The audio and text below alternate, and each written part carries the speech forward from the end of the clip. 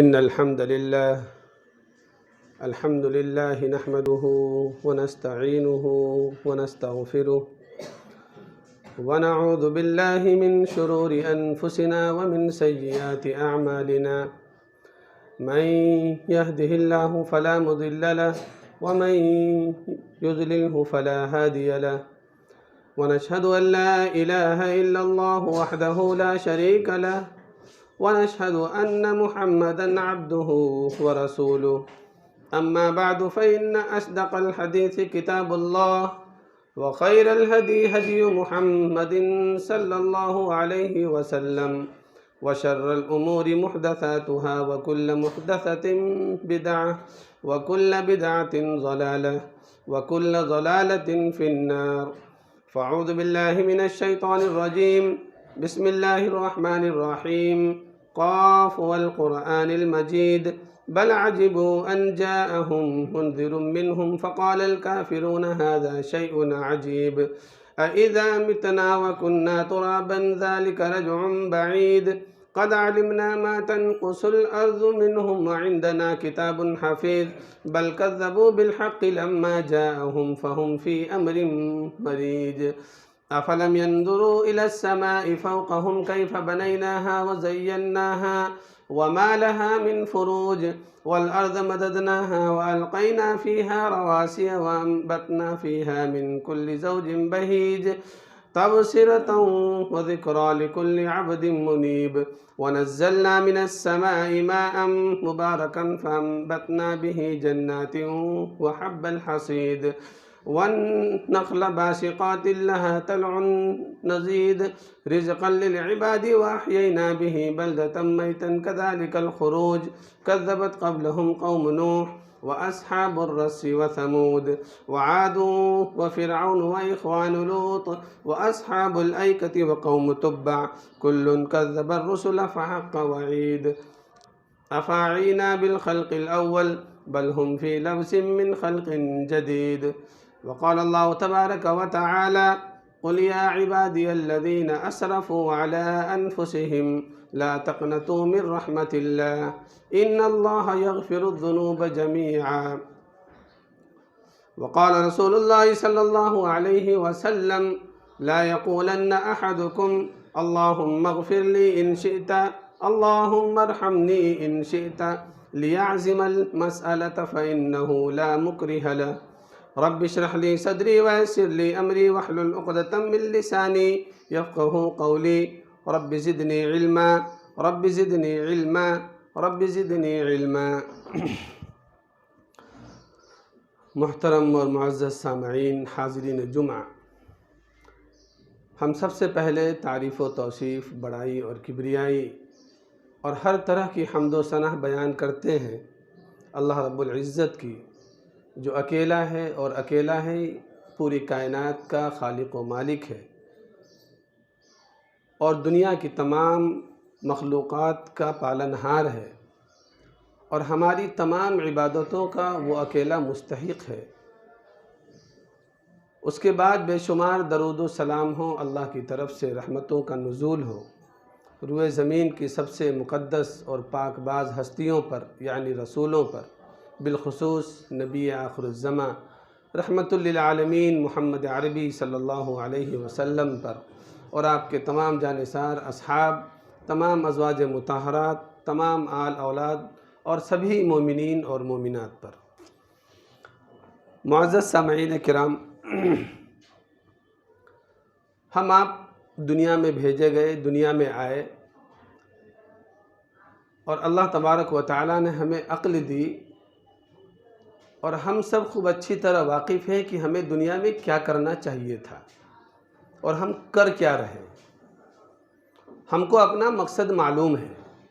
ایک شخص کہیں کسی کمپنی میں نوکری پہ جاتا ہے، اسے مقصد معلوم ہوتا ہے کہ کام کرنا ہے، بیٹھ کے کوئی کمپنی تنخواہ نہیں دینے والی۔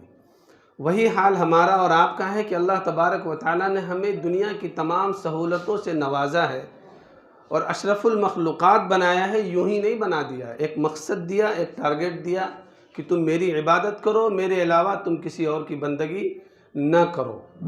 اور اگر تم دنیا میں رہ کر کبھی گناہ کر بیٹھو، اپنی جان پہ ظلم کر بیٹھو، تو تمہیں توبہ اور استغفار کرنا چاہیے۔ اس لیے کہ اللہ تبارک و تعالیٰ کے بہت سارے ناموں میں سے ایک نام غفور بھی ہے، کہ وہ تمام گناہوں کی مغفرت کر سکتا ہے۔ اس کے علاوہ ہم دنیا میں جو بھی کام ہے کسی سے بھی کروا سکتے ہیں۔ لوگ کسی کی عبادت بھی کر سکتے ہیں، کر رہے ہیں۔ لوگ کسی سے اولاد بھی مانگ سکتے ہیں اور مانگ رہے ہیں۔ یہ الگ بات ہے کہ وہ دینے کی طاقت نہ رکھے، لیکن گناہوں کی مغفرت کا جو معاملہ ہے، ہم کسی سے یہ بھی نہیں کہہ سکتے کہ ہماری مغفرت کر دیجئے۔ کیوں؟ ہم جانتے ہیں کہ مغفرت کرنے والی ذات صرف اللہ تبارک و تعالیٰ ہے۔ ہم گناہ کرتے ہیں، لیکن یہ اس کی شان ہے کہ وہ ہمیں گناہوں پر پکڑتا نہیں ہے۔ وہ اگر گناہوں پہ پکڑنے لگے تو ہم آپ جو سانس لے رہے ہیں دنیا میں، کوئی نہیں بچے گا، کیونکہ ہم آپ دن رات صرف نافرمانی میں ملوث ہیں۔ اچھائی کیا ہے صرف جانتے ہیں، کرنے کا نام نہیں ہے ہمارے پاس۔ ہمیں معلوم ہے کہ یہ چیز اچھی ہے، یہ چیز نیکی ہے، یہ چیز بھلائی کا کام ہے، لیکن کرنے کا مزاج نہیں بن رہا ہے، چونکہ مزہ نہیں آ رہا ہے۔ مسلمان اس دور میں لذت کا مارا ہے، چاہے وہ زبان کے معاملے میں ہو یا جسم کے معاملے میں ہو، پہناوے کے معاملے میں ہو، رہن سہن کے معاملے میں ہو، اس کو مزہ چاہیے۔ اگر لذت نہیں ہے تو پھر چھوڑو اس کام کو۔ کھانے میں اگر لذت نہ ہو تو ہم آپ اس کی طرف نہیں جائیں گے۔ لذت کی وجہ سے چاہتے ہیں کہ اچھے سے اچھا کھانا کھائیں۔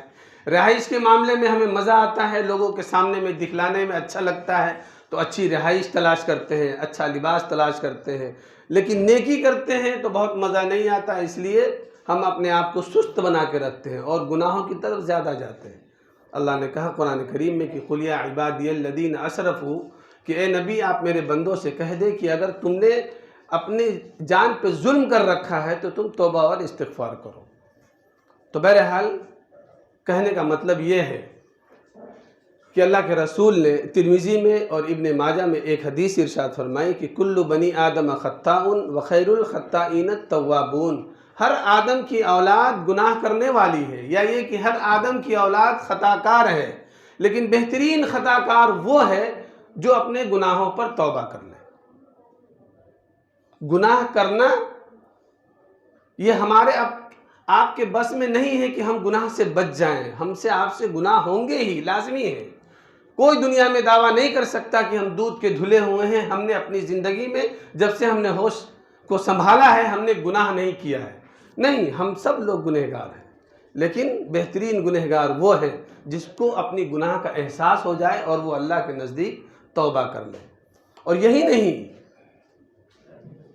بلکہ مزہ تو یہ ہے کہ ہم آپ گناہ کرتے ہیں اور جب توبہ کرتے ہیں تو ہمارا آپ کا جو بدن ہلکا ہوتا ہے وہ تو ہوتا ہی ہے، لیکن اللہ تبارک و تعالیٰ کو بے انتہا خوشی ہوتی ہے۔ ایک ماں سے اس کا بچہ اگر بچھڑ جائے اور ایک زمانے کے بعد ملے تو ماں کو کتنی خوشی ہوگی، اس کا اندازہ ہم آپ نہیں لگا سکتے۔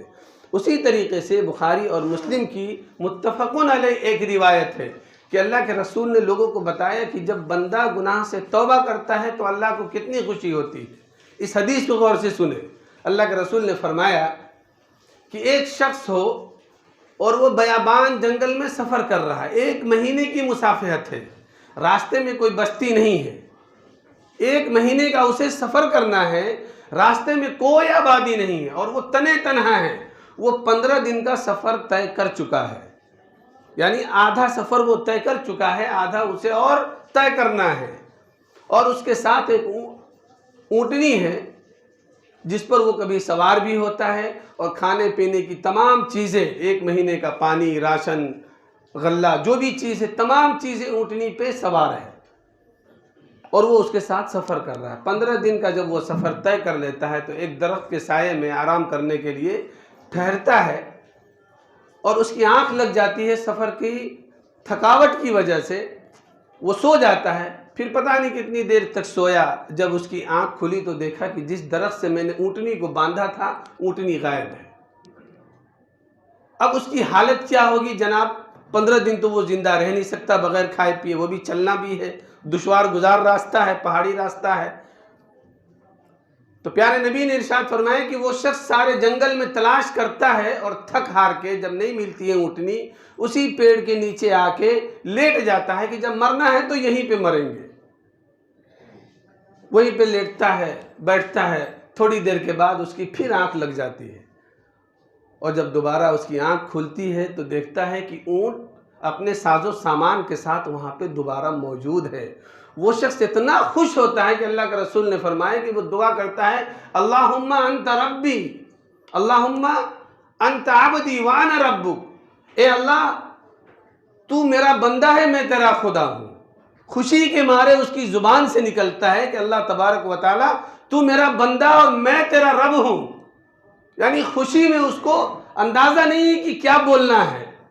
نعوذ باللہ وہ اللہ کو بندہ بول بیٹھتا ہے اور خود کو رب بول بیٹھتا ہے خوشی کے مارے. پیارے نبی نے ارشاد فرمایا کہ اس سے کہیں زیادہ اللہ کو اس وقت خوشی ہوتی ہے جب کوئی بندہ میرے نزدیک آ کر کے توبہ کر لیتا ہے گناہوں سے. تو ہم آپ آئے اللہ کے نزدیک، اللہ کے دربار میں آئے، بہت گناہ کر لیے. زندگی سب کو پتہ ہے کہ مختصر ہے. اب تو یہ بھی نہیں کہہ سکتے کہ 60 سال 70 سال کی زندگی ہے، چونکہ حادثات کا دور چل رہا ہے. کون کب مرے گا کوئی گارنٹی نہیں ہے. حادثات کے زمانے میں ہم لوگ ہیں، راستے پہ چل رہے ہیں، پیچھے سے آگے کسی گاڑی نے مار دیا، ختم. تو ہم آپ کس چیز پہ مغرور ہیں، سوچنے کی بات ہے. اور سب سے کمزور مخلوق ہیں ہم آپ. اس پر کبھی ہم لوگوں نے غور کیا؟ ہم لوگ اتنے کمزور ہیں، ایک بائک سے کسی بھی جانور کو آپ ٹھوکر مار دیں، کسی بھی جانور کو، کچھ دیر وہ پڑا رہے گا پھر اٹھ کے چلنے لگے گا. کسی بھی جانور کو، خصی ہو، بکری ہو، کچھ بھی ہو. ایک انسان کو اگر تھوڑی سی ٹھوکر لگ جائے تو کچھ نہ کچھ اس کا ٹوٹ پھوٹ جائے گا. اتنا کمزور ہے. پھر ہم لوگ مغرور ہیں کس بات پہ بھائی؟ اتنی کمزور مخلوق ہے، باوجود اس کے دن رات گناہوں میں ملوث ہے. استغفار کریں، اللہ کے نزدیک توبہ کریں، ہمارے تمام مسائل یوں ہی حل ہو جائیں گے. سورہ نوح کی آیت نمبر 10، 11، 12 ہے، اس کو آپ تلاوت کریں گے، اس کا ترجمہ جانیں گے تو تعجب ہوگا کہ اگر کوئی اللہ کے نزدیک استغفار کرتا ہے تو اس کا بینیفٹ کیا کیا ہے. عام طور پہ لوگوں کو پتہ ہے کہ کوئی توبہ کرے تو اس کے گناہ معاف ہوتے ہیں، یہ سب کو معلوم ہے. لیکن سورہ نوح میں جو آیت ہے فَقُلْتُ اسْتَغْفِرُوا رَبَّكُمْ إِنَّهُ كَانَ غَفَّارًا، پہلی آیت نمبر 10 کہ تم اللہ کے نزدیک استغفار کرو، وہ تمہاری مغفرت کر دے گا. یُرْسِلِ السَّمَاءَ، آسمان سے بارش نازل کرے گا. یعنی تم گناہ سے ہٹو، بارش کا نزول ہوگا، وقت پہ بارش ہوگی، جیسا تم چاہو گے ویسی تم کھیتی کرو گے. فَقُلْتُ اسْتَغْفِرُوا رَبَّكُمْ إِنَّهُ كَانَ غَفَّارًا، یُرْسِلِ السَّمَاءَ، آسمان سے بارش نازل ہوگی. یُرْسِلِ السَّمَاءَ عَلَيْكُمْ مِدْرَارًا وَيُمْدِدْكُمْ بِأَمْوَالٍ، اللہ تبارک و تعالیٰ تمہیں مالدار کر دے گا.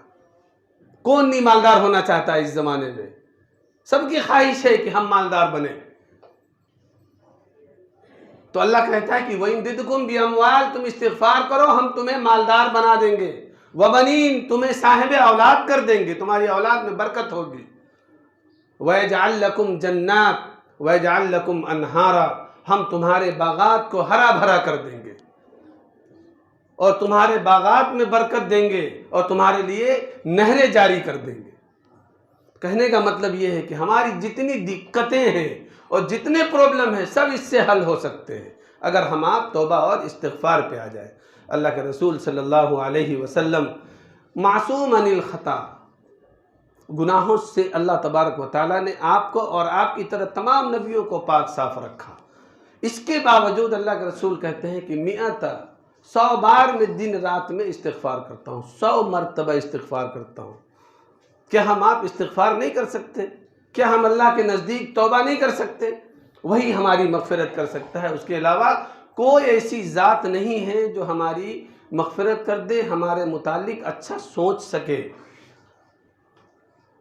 اور دوسری چیز یہ کہ جو ہم گناہ کرتے ہیں، گناہ کے تعلق سے ایک اہم بات یہ ہے کہ ایک بندہ گناہ کرتا ہے اور اسے گناہ کا احساس نہیں ہے، اس کا احساس مر چکا ہے. اور دوسرا بندہ وہ ہے جو گناہ کرتا ہے، اسے گناہ کا احساس ہوتا ہے. یعنی ایک ہے سرعام گناہ کرنے والا، بے شرم اور ڈھیٹ بن جانا، اور ایک وہ ہے جو چھپ کے گناہ کرتا ہے، اسے معلوم ہے کہ اللہ دیکھ رہا ہے. تو وہ شخص زیادہ اچھا ہے جو لوگوں سے چھپ کر کے گناہ کرتا ہے، اس سے جو سرعام کرتا ہے۔ تو گناہ کا احساس بھی ہمیں ہونا چاہیے، اور جب توبہ کرے اللہ کے نزدیک تو اپنے احساس کو سامنے رکھے کہ اللہ تبارک و تعالیٰ مجھ سے گناہ سرزد ہوا ہے، اب میں جو تیرے نزدیک توبہ کرتا ہوں وہ توبۃ نصوحہ کرتا ہوں، صاف ستھری توبہ، آئندہ مجھ سے گناہ نہیں ہوگا۔ اور اگر کوئی شخص، مثال کے طور پہ ایک شخص کوئی گناہ کرے اور پھر توبہ کرے، پھر گناہ کرے، پھر توبہ کرے، پھر وہی گناہ کرے، یعنی بار بار اسی گناہ کو لوٹائے، تو ایک روایت بہت سخت ہے اس معاملے میں کہ اللہ کے رسول نے ارشاد فرمایا المستغفر من الذنب وهو مقیم کالمستہزئ بربہ، کہ ایک گناہ کرنے والا شخص جس گناہ پہ توبہ کرے پھر بار بار اسی گناہ کی طرف لوٹ جائے تو وہ گویا اپنے رب سے مذاق کر رہا ہے، اپنے رب سے مذاق کرتا ہے۔ وہ کیا ہماری اتنی جرت ہے کہ ہم اپنے رب سے مذاق کر لیں گے؟ وہاں تو اچھے اچھوں کی بولتی بند ہو جاتی ہے۔ قیامت کے دن ہم نے آپ نے سنا ہے کہ جب اللہ تبارک و تعالی حساب کے لیے نہیں آئے گا، ہر نبی پریشان ہوگا، کسی کی جرت نہیں ہوگی کہ ہم اللہ کو کہہ دیں کہ اللہ تبارک و تعالی آ کر کے حساب لے لیجیے، کوئی نہیں بول پائے گا۔ اور کوئی بندہ اگر اپنے رب سے مذاق کرے تو یہ کتنی بڑی بات ہے۔ تو بہرحال گناہ کا احساس ہم آپ اپنے دل میں جگائے، اپنے دلوں کو نرم کریں، دل کو نرم کریں۔ گناہ کرنا کوئی بری بات نہیں ہے، اگر کسی سے گناہ سرزد ہو جائے تو وہ توبہ کر لے، ٹھیک ہے، لیکن اپنے دل میں اس کا احساس ہونا چاہیے۔ اللہ نے کہا قرآن کریم میں 4 پارے میں فَبِمَا رَحْمَةٍ مِّنَ اللَّهِ لِنْتَ لَهُمْ، نرم دل وہ لوگ ہوتے ہیں جن پہ اللہ کی رحمت ہوتی ہے۔ اب آپ اور ہم اپنے دلوں کو ٹٹول لیں کہ ہمارا دل سخت ہے کہ نرم ہے، ہمیں گناہ کا احساس ہوتا ہے یا نہیں ہوتا ہے۔ حضرت بریدہ رضی اللہ تعالی عنہ ہیں، ایک صحابی ہے، وہ کہتے ہیں کہ اللہ کے رسول صلی اللہ علیہ وسلم ایک بار مسجد نبوی میں تشریف فرما تھے، مسلم کی روایت ہے۔ تو ایک صحابی آئے ماعز بن مالک رضی اللہ تعالیٰ عنہ اور کہا کہ اللہ کے رسول آپ مجھے پاک کر دیں، گناہ کا احساس، اس پر یہ حدیث ہے۔ کہا کہ اللہ کے رسول آپ مجھے پاک کر دیں۔ کہا کس چیز سے؟ کہا کہ مجھ سے زنا سرزد ہوا ہے۔ اتنا بڑا گناہ ہے لیکن چھپا نہیں رہے، کیوں؟ معلوم ہے کہ اللہ نے دیکھ لیا ہے۔ اللہ کی تو وہ آنکھ ہے اور دیکھنے کی وہ طاقت ہے کہ برسات کی رات میں اگر سیاہ پتھر پہ سیاہ چونٹی چل رہی ہو اسے بھی وہ جانتا ہے، اور ہمارے دلوں کی حرکت کو بھی جانتا ہے۔ تو یہی احساس حضرت ماعز بن مالک کو ہوا، وہ آئے اللہ کے رسول کے پاس، کہا کہ اللہ کے رسول مجھے پاک کر دے۔ تو آپ نے پوچھا کس چیز سے؟ کہا کہ زنا سے۔ اللہ کے رسول نے کہا کہ جاؤ جا کے توبہ کرو۔ وہ 3 بار لوٹے، اللہ کے رسول اسے واپس کرتے رہے کہ توبہ استغفار کرو جاؤ۔ 4تھی بار آیا، کہا کہ نہیں اللہ کے رسول مجھے آپ رجم کریں، سنسار کریں، پتھر سے مار مار کے مجھے ہلاک کرے جو اسلام میں سزا ہے۔ تو اللہ کے رسول نے صحابہ کرام سے کہا کہ ذرا چیک کرو یہ پاگل تو نہیں ہے، اس کا دماغی توازن ٹھیک ہے؟ لوگوں نے کہا کہ ہاں اللہ کے رسول یہ تو ہمارے درمیان رہتے سہتے ہیں، دماغی اعتبار سے ایک دم ٹھیک ہے۔ کہا کہ اس کا منہ سونگ کے دیکھو کہیں اس نے شراب تو نہیں پی ہے کہ ایسی باتیں کر رہا ہے بہکی بہکی، اس کو معلوم ہے کہ مار دیا جائے گا، پھر یہ بار بار آ رہا ہے، 4 بار ہو چکا ہے اس کا۔ ایک صحابی نے کھڑے ہو کر ان کا منہ سونگھا اور کہا کہ اللہ کے رسول اس نے شراب نہیں پی ہے۔ تو پھر اس سے پوچھا بیٹھ کے کیا معاملہ ہے؟ تو کہا کہ اللہ کے رسول مجھ سے زنا ہوا ہے، آپ مجھے پاک صاف کر دیں۔ تو اللہ کے رسول نے اسے ایک جگہ کھڑا کیا میدان میں، اور چاروں طرف سے لوگوں نے ان کو پتھر مارا، پتھر مار مار کر کے اسے ہلاک کر دیا۔ اس کے بعد اس کی نماز جنازہ پڑھائی، اور حضرت عمر نے سوال بھی کر دیا کہ اللہ کے رسول ایک زانی کا جنازہ پڑھا رہے ہیں، ایک شخص جس نے زنا کیا ہے آپ ان کی نماز جنازہ پڑھا رہے ہیں؟ تو اللہ کے رسول نے کہا کہ عمر تمہیں معلوم نہیں ہے اگر اس کی توبہ مدینہ کے 70 لوگوں پہ تقسیم کر دی جائے تو سب پہ جنت واجب ہو جائے، اس نے ایسی توبہ کی ہے۔ تو گناہ کا احساس اگر ہمارے اندر ہے تو ہم اچھے گنہگار ہیں۔ کل بنی آدم خطاء وخیر الخطائین التوابون، ہر آدم کی اولاد گناہگار ہے، گناہ کرنے والی ہے، لیکن بہترین گنہگار وہ ہیں جو اپنے گناہ پر نادم ہو کر توبہ کر لیتے۔ تیسری چیز یہ کہ اللہ کے نزدیک اگر کوئی شخص توبہ کرے اپنے گناہ پر تو اسے یقین ہونا چاہیے کہ اللہ کے علاوہ کوئی ذات ہمیں معاف نہیں کر سکتی۔ کسی بھی دربار میں ہم چلے جائیں، سب دربار جھوٹے ہیں، اللہ کے علاوہ کوئی مغفرت کرنے والی ذات نہیں ہے۔ وہ چاہے تو کسی کو بھی معاف کر دے، یمحو اللہ ما یشاء ویثبت وعندہ ام الکتاب، کہ اللہ چاہے تو کسی کے گناہ کو مٹا دے اور جس کو چاہے ثابت رکھے، باقی رکھے۔ اس لیے حدیث میں ہے، بہت پیاری حدیث ہے، اللہ کے رسول نے فرمایا صلی اللہ علیہ وسلم، لا یقولن احدکم، تم میں سے کوئی شخص اگر توبہ کرے تو یہ نہ کہے اللہم اغفر لی ان شئت، اے اللہ اگر تیری مرضی ہو، اے اللہ اگر تو چاہے تو میری مغفرت کر دے، اللہم ارحمنی ان شئت، اے اللہ اگر تیری مرضی ہو، اگر تو چاہے تو مجھ پر رحم کر۔ نہیں، اس میں یقین نہیں ہے۔ یہ نہ کہے کہ اللہ تو چاہے تو، اللہ تیری مرضی ہو تو، اللہ تو چاہے گا ہی، اس کو کون روک سکتا ہے؟ وہ اگر مغفرت کرنے پہ آ جائے تو اس کا ہاتھ پکڑنے والا کوئی نہیں ہے، اور وہ اگر ہم کو آپ کو عذاب دینے پہ آ جائے، ہمارے آپ کے ساتھ سختی کا معاملہ برتنے پر آ جائے تو اسے کوئی منع نہیں کر سکتا۔ وَإِن يَمْسَسْكَ اللَّهُ بِضُرٍّ فَلَا كَاشِفَ لَهُ إِلَّا هُوَ، وہ اگر نقصان پہنچانے پہ آ جائے تو پوری دنیا مل کر بھی چاہے کہ کسی کا بھلا کر دے تو نہیں کر سکتی۔ وَإِن يَمْسَسْكَ بِخَيْرٍ فَهُوَ عَلَى كُلِّ شَيْءٍ قَدِيرٌ، اور اگر وہ بھلا کرنا چاہے تو وہ ہر چیز پہ قادر ہے۔ تو اگر وہ مغفرت کرنا چاہے تو کوئی اس کا ہاتھ پکڑنے والا نہیں ہے، وہ اگر رحم کرنا چاہے تو کوئی اسے روکنے والا نہیں ہے، کوئی اسے نہیں ٹوک سکتا ہے، وہ جس کو چاہے جب چاہے معاف کر دے۔ اس لیے اللہ کے رسول نے فرمایا اللہم اغفر لی ان شئت اللہم ارحمنی ان شئت، یہ نہ کہے کہ اللہ اگر تو چاہے تو معاف کر، تو چاہے تو رحم کر، لیعزم المسألۃ فإنہ لا مکرہ لہ، بلکہ یقین کے ساتھ مانگے، اس لیے کہ اسے کوئی مجبور کرنے والا نہیں ہے۔ تو ہم آپ یہاں تک جو زندگی گزار چکے ہیں، اپنی زندگی کو یہاں پہ اسٹاپ کریں، بہت گناہ کر لیے، اب ہماری زندگی پتہ نہیں کتنی بچی ہے، ہم زندہ ہیں، یہ غنیمت ہے، یعنی توبہ کا وقت باقی ہے، توبہ کا دروازہ جو کہتے ہیں کھلا ہے، یا تو قیامت تک یا ہماری سانس چلنے تک۔ قیامت تک جو لوگ جا رہے ہیں وہاں تک جائیں گے، جن کی زندگی ہوگی ان کے لیے، اور ہمارے لیے جب تک ہماری سانس چل رہی ہے تب تک، اس کے بعد پھر ہمارا کیا حال ہوگا ہم آپ نہیں جانتے۔ اس لیے ہم اپنے گناہوں پہ نادم ہوں، شرمندہ ہوں، اور اس بات کا یقین رکھیں کہ اللہ کے نزدیک اگر استغفار کرتے ہیں تو گناہ کے ساتھ ساتھ ہمارے تمام مسائل حل ہو جاتے ہیں۔ مثال کے طور پہ ایک بہت بڑے امام ہے اور حافظ حدیث ہے، 1,00,000 سے زیادہ ان کو حدیثیں یاد تھی، اور بادشاہ سے کسی اسلامی مسئلے پر انہوں نے بحث و تکرار کی، ان کے اوپر ظلم و زیادتی بھی ہوئی، بہت مشہور امام ہے، امام احمد بن حنبل رحمۃ اللہ علیہ۔ ان کے بارے میں وہ کہتے ہیں کہ ایک بار میں بصرہ چلا گیا، غور سے سنیے گا اس واقعے کو، کہ ایک بار میں بصرہ چلا گیا اور میں نے ایک مسجد میں عشاء کی نماز پڑھی، اور نماز کے بعد میں مسجد کے دروازے پہ آ کے کھڑا ہو گیا کہ شاید کوئی مجھے اپنے ہاں ٹھہرا لے، میں مسافر ہوں، اور مجھے کھانا وغیرہ دے دے، مجھے رہنے کے لیے جگہ دے دے۔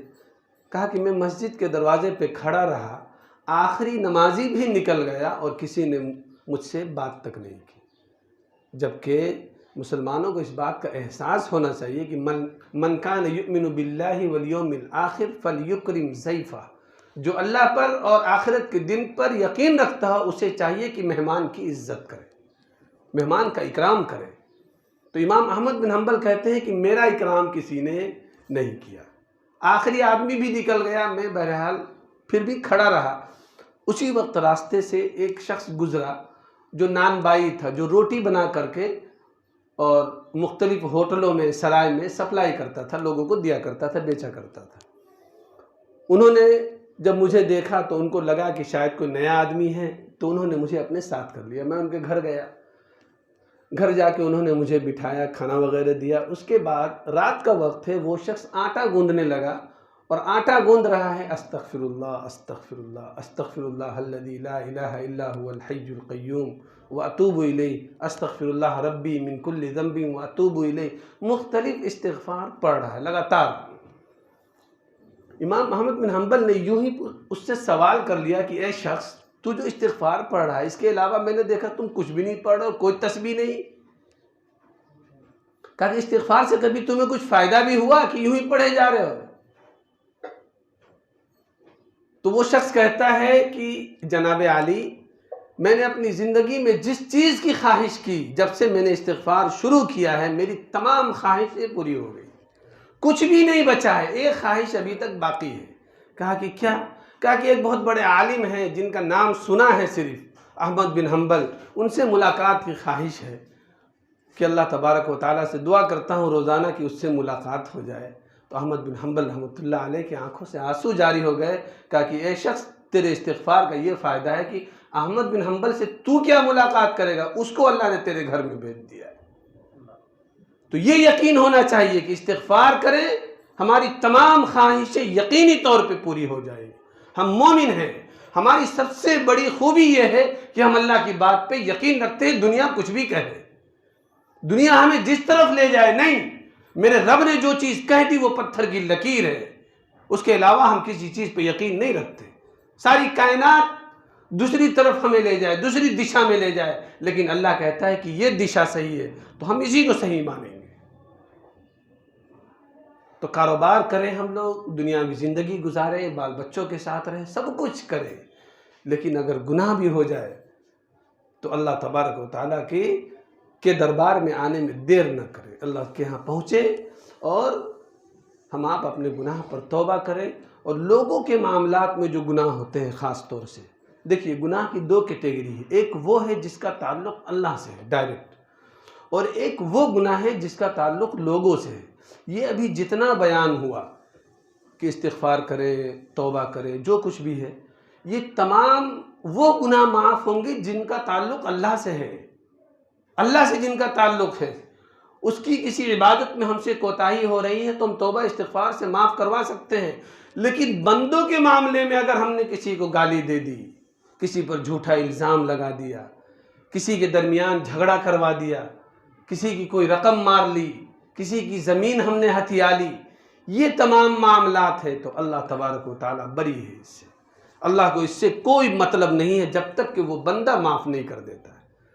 اس لیے توبہ کی دو کیٹیگری ہو گئی، ایک وہ جس کا تعلق اللہ سے ہے، ہم اللہ سے معافی مانگ لیں، اور ایک وہ گناہ جس کا تعلق بندے سے ہے، مرنے سے پہلے اس بندے سے اپنا معاملہ صاف ستھرا کر لیں. دعا کریں کہ اللہ تبارک و تعالی ہمیں دین کے مطابق زندگی گزارنے کی اور ہر قسم کے گناہوں سے بچنے کی توفیق عطا فرمائے. آمین یا رب العالمین. بارک اللہ لنا ولکم فی القرآن العظیم ونفعنا وإياكم بالآيات والذكر الحكيم إنه تعالى جواد كريم ملك